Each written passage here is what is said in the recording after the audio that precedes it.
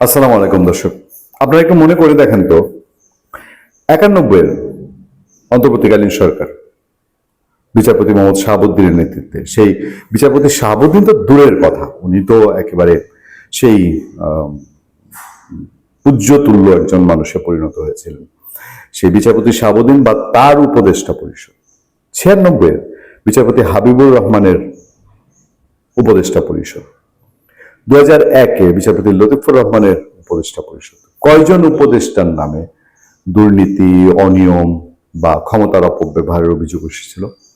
Even 2008-এ এসে অনেক অভিযোগ ছিল, নানান রকম ক্ষমতার অপব্যবহার বা ক্ষমতা লিপ্সা অথবা -2 ফর্মুলায় জড়িয়ে যাওয়া, এইসব অভিযোগ ছিল। ব্যারিস্টার মইনুল ইসলাম অথবা সাবেক আইজিপি স্বরাষ্ট্র উপদেষ্টা আনোয়ার কবির, তাদের বিরুদ্ধে কিছু কিছু ক্ষমতার অপব্যবহারের অভিযোগ ছিল, কিন্তু দুর্নীতি, অনিয়ম, পয়সা থাপানো সেই অভিযোগ কিন্তু উপদেষ্টাদের বিরুদ্ধে ছিল না। 111 গভর্নমেন্টের অনেক সামরিক বেসামরিক কর্মকর্তা এবং কোনো দালালের ক্ষেত্রে অর্থ লুটপাট, জোর করে অর্থ আদায়, চাঁদাবাজি, ব্যবসায়ীদের জিম্মি করে অর্থ আদায়, সেগুলোর অভিযোগ ছিল। কিন্তু উপদেষ্টা মন্ডলীর পেছনে, হ্যাঁ, সেই একটু অস্বাভাবিক গভর্নমেন্ট ছিল 111 গভর্নমেন্ট। সেই 111 গভর্নমেন্টের কোনো কোনো উপদেষ্টা দেশ ছেড়ে চলে যেতে বাধ্য হন। বিশেষ করে মইনু আহমেদ, ফখরুদ্দিন আহমেদ, বা আমি যে আনোয়ার কবির সাহেবের কথা বললাম, উনিও পরে দুবাইয়ে তিনি হার্ট অ্যাটাকে মারা যান। দুবাই তাকে শেষ সময় পার করতে হয়। কিন্তু এবারের ডক্টর মোহাম্মদ ইউনূসের সরকার থাকা অবস্থায় যেই ঢালাও ভাবে উপদেষ্টাদের অনিয়ম, দুর্নীতি, এবং সেখানে একজন প্রতিকৃত হয়ে দাঁড়িয়েছিলেন, সেই প্রতিকৃত হচ্ছে আসিফ মাহমুদ সজীব ভুইয়া, সেই প্রতিকৃত হচ্ছে মাহফুজ আলম, সেই প্রতিকৃতগুলোর মধ্যে আরেকজন ছিলেন নাহিদ ইসলাম। নাম এসেছে বারবার আসিফ নজরুলের, নাম এসেছে বারবার সৈয়দ রেজওয়ানা হাসানের, আদিলুর রহমান শুভর, নাম এসছে শেখ বশিরউদ্দিনের, বাণিজ্য উপদেষ্টা। এই নামগুলো এমন ভাবে এসছে যে সাধারণ মানুষের মধ্যে এই ধারণা, পাবলিক পারসেপশন, যে এই ইউনূসের উপদেষ্টা পরিষদ জড়িয়ে গেছে, কারণ ইউনূস নিজেই জড়িয়ে গেছে। ইউনূস তার নিজের স্বার্থে গ্রামীণ ব্যাংককে এস্টাবলিশ মানে কি, গ্রামীণ ব্যাংকে আরো ফুলিয়ে ফেঁপিয়ে ব্যবসা বড় করার জন্য যত অনৈতিক সুবিধা নেওয়া প্রয়োজন রাষ্ট্রের কাছ থেকে সেই সুবিধা নিয়েছে। এবং এইটারই যে একটা স্রোত, দুর্নীতির স্রোত ছিল, তারেক রহমানের উপরে নিশ্চিতভাবেই একটা সাংঘাতিক চাপ তৈরি হচ্ছে। তিনি যদি এটা ওভারলুক করে যান, তাহলে ইতিহাসের কাছে তাকে জবাব দিতে হবে। দেখেন, দুর্নীতির শত শত অভিযোগ সাবেক উপদেষ্টাদের বিরুদ্ধে। কি হয়েছে? ডক্টর মোহাম্মদ ইউনূসের নেতৃত্বে সদ্য বিদায়ী অন্তর্বর্তী সরকারের উপদেষ্টাদের বিরুদ্ধে শত শত দুর্নীতির অভিযোগ জমা পড়েছে। দুর্নীতি দমন কমিশন কার্যালয়ে দায়িত্ব ছাড়ার 1 সপ্তাহের মধ্যে এই উপদেষ্টাদের বিরুদ্ধে এসব লিখিত অভিযোগ জমা পড়েছে। দুদকের একজন দায়িত্বশীল কর্মকর্তা জানান, যে হারে অভিযোগ আসছে তাতে মনে হচ্ছে অভিযোগের রেকর্ড হবে। অধিকাংশ অভিযোগকারীর নাম প্রকাশ করেনি, তবে কয়েকটি অভিযোগকারীর নাম পরিচয় উল্লেখ করেই লিখিত চিঠি দিয়েছেন। বাংলাদেশ প্রতিদিন একদম সবিস্তার রিপোর্ট করেছে। সেই সূত্র ধরেই বলছি, দুদক সূত্রে জানা গেছে, দুদক অন্য সব অভিযোগ যেভাবে যাচাই করে এসব অভিযোগও একইভাবে যাচাই করা হবে। এদিকে ট্রান্সপারেন্সি ইন্টারন্যাশনাল বাংলাদেশ নিয়ে টিআইবি নির্বাহী পরিচালক ডক্টর ইফতেখারুজ্জামান বলেছেন, কেউ আইনের ঊর্ধ্বে নয়, অভিযোগ তদন্ত করে সত্যতা পাওয়া গেলে অবশ্যই তাদের বিরুদ্ধে ব্যবস্থা নেওয়া উচিত। সূত্র জানিয়েছে, সাবেক প্রধান উপদেষ্টা ডক্টর মোহাম্মদ ইউনূস সহ প্রায় সব উপদেষ্টার বিরুদ্ধে দুর্নীতির অভিযোগ উঠেছে। আদ্যপান্ত পচা ঘুণে ধরা বাটপাড়ের দল। সাবেক প্রধান উপদেষ্টার বিরুদ্ধে একাধিক অভিযোগ জমা হয়েছে। এসব অভিযোগের মধ্যে উল্লেখযোগ্য হলো, গ্রামীণ টেলিকমের কর্মচারীদের গ্রামীণ ব্যাংকের কয়েকজন কর্মকর্তা ডক্টর মোহাম্মদ ইউনূস কিভাবে নিজের নামে একটি ট্রাস্ট করে গ্রামীণ কল্যাণ এবং গ্রামীণ টেলিকমের অর্থ আত্মসাৎ করেছেন তার বিবরণ তুলে ধরেছেন। এই অভিযোগে বলা হয়েছে, আয়কর ফাঁকি এবং অর্থ আত্মসাতের জন্য ডক্টর ইউনূস তার নিজের নামে একটি ট্রাস্ট গঠন করেছেন। চিন্তা করেন, 85-86 বছর বয়স, এক পা কবরে থাকার কথা এই সময় এই লোক এত অর্থ লিপ্স আপনার দেশটাকে কিভাবে ধ্বংস করে গিয়েছে।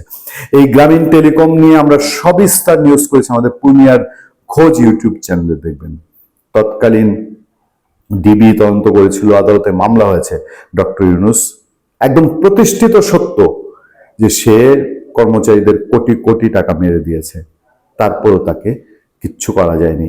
একটা অহেতুক সিম্পেথি তৈরি হয়েছে। শেখ হাসিনা ডক্টর ইউনূসকে হয়রানি করছে, এবং এটার সঙ্গে তাল দিয়েছে বাংলাদেশের তৎকালীন যারা শেখ হাসিনা বিরোধী ছিল সবাই।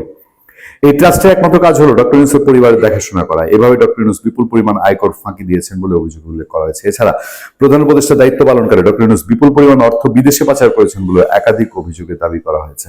তার আশেপাশে এমন কিছু চক্র ছিল যা নিশ্চিতভাবে এগুলোর সঙ্গে জড়িত। সাবেক আইন উপদেষ্টা ডক্টর আসিফ নজরুলের বিরুদ্ধে দুর্নীতি অর্থ পাচারের 1 ডজনেরও বেশি অভিযোগ জমা পড়েছে। এসব অভিযোগের মধ্যে রয়েছে মামলা বাণিজ্য, জামিন বাণিজ্য, বিচারক পদায়ন ও অন্যান্য দুর্নীতি। একটি অভিযোগে দাবি করা হয়েছে যে আসিফ নজরুল জামিন বাণিজ্য করে কোটি কোটি টাকা আত্মসাৎ করেছেন। এই অভিযোগে একটি শিল্প গ্রুপের সিইও জালিয়াতির মাধ্যমে ভাই এবং বোনের সম্পত্তি আত্মসাৎ করেন। ছোট বোন তার বিরুদ্ধে মামলা করে, পিবিআই মামলা তদন্ত করে জালিয়াতির প্রমাণ পায়। আসামির বিরুদ্ধে গ্রেফতারি পরোয়ানা জারি করে কিন্তু আসিফ নজরুল 20 কোটি টাকা দিয়ে ভিআইপি আসামিকে জামিন দেওয়ার নির্দেশ দেন। গান বাংলা টেলিভিশনের তাপস আলোচিত ব্যক্তিত্ব। গান বাংলা টেলিভিশনের তাপসের জামিন আসিফ নজরুল বিপুল অঙ্কের অর্থের বিনিময়ে করিয়েছেন বলে অভিযোগ রয়েছে। এ সংক্রান্ত তথ্য অভিযোগের সঙ্গে যুক্ত করা হয়েছে। এভাবে আসিফ নজরুল 18 মাসে টাকার বিনিময়ে বহু জামিন করিয়েছেন বলে অভিযোগ করা হয়েছে। এছাড়া আসিফ নজরুলের বিরুদ্ধে পদায়নের দুর্নীতির অভিযোগ আনা হয়েছে। তার নামটি সবচেয়ে বেশি আসছে এবং সেগুলো একে একে সামনে চলে আসছে।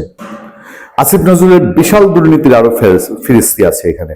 বলা হচ্ছে পরিবেশ উপদেষ্টা সৈয়দ রিজওয়ান হাসানের বিরুদ্ধে অন্তত 8টি অভিযোগ এখন পর্যন্ত জমা হয়েছে বলে জানা গেছে। এর মধ্যে পরিবেশ অধিদপ্তরের একাধিক প্রকল্প থেকে অর্থ আত্মসাৎ অন্যতম। এছাড়াও রিজওয়ানের বিরুদ্ধে অন্যের সম্পত্তি জোর করে দখল করার অভিযোগ করা হয়েছে। একটি অভিযোগ পাওয়া গেছে তার স্বামীর বিরুদ্ধে। রিজওয়ানার স্বামী আওয়ামী লীগ সরকারের সাবেক বিদ্যুৎ প্রতিমন্ত্রী নসরুল আহমেদের সম্পত্তি রক্ষণাবেক্ষণের দায়িত্বে আছেন কিনা তার তদন্তের জন্য দুদকের কাছে অনুরোধ জানিয়েছে একজন। আমরা এই বিষয়টি নিয়ে এর আগে সাংবাদিক জুলকানান শায়েরের সূত্র ধরে আপনাদের সামনে আলোচনা করেছি। কোথায় যাবেন বলেন? এই লোকগুলোর চেহারা কি ছিল আর কি করেছে 18টা মাস? তবে সবচেয়ে বেশি অভিযোগ এসেছে সাবেক ছাত্র উপদেষ্টা আসিফ মাহমুদের বিরুদ্ধে। দুদকের একটি দায়িত্বশীল সূত্র জানিয়েছে আসিফ মাহমুদের বিরুদ্ধে প্রায় 1000 কোটি টাকার দুর্নীতির অভিযোগ রয়েছে। এর মধ্যে বেশিরভাগ অভিযোগই ভুক্তভোগীরা নাম ঠিকানা সহ করেছেন। মানে আসিফ মাহমুদের বিরুদ্ধে যা অভিযোগ সবাই সেটা পরিচয় প্রকাশ করেছে।